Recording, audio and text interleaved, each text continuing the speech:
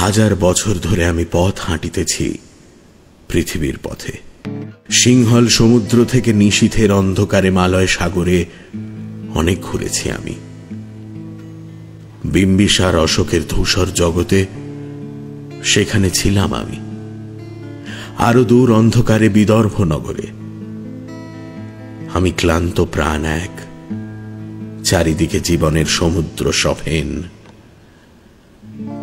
আমারে দুদণ্ড শান্তি দিয়েছিল নাটোরের বনলতা সেন। চুল তার কবেকার অন্ধকার বিদিশার নিশা, মুখ তার শ্রাবস্থির কারুকার্য।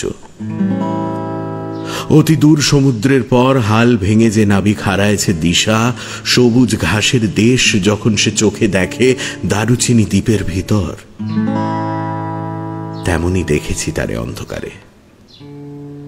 বলেছে সে, এতদিন কোথায় ছিলেন? পাখির নীড়ের মতো চোখ তুলে নাটোরের বনলতা সেন। সমস্ত দিনের শেষে শিশিরের শব্দের মতন সন্ধ্যা আসে। ডানার রৌদ্রের গন্ধ মুছে ফেলে চিল।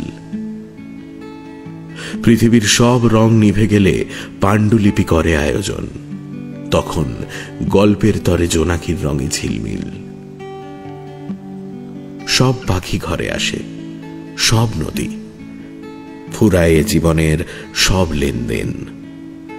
থাকে শুধু অন্ধকার, মুখোমুখি বসিবার বনলতা সেন।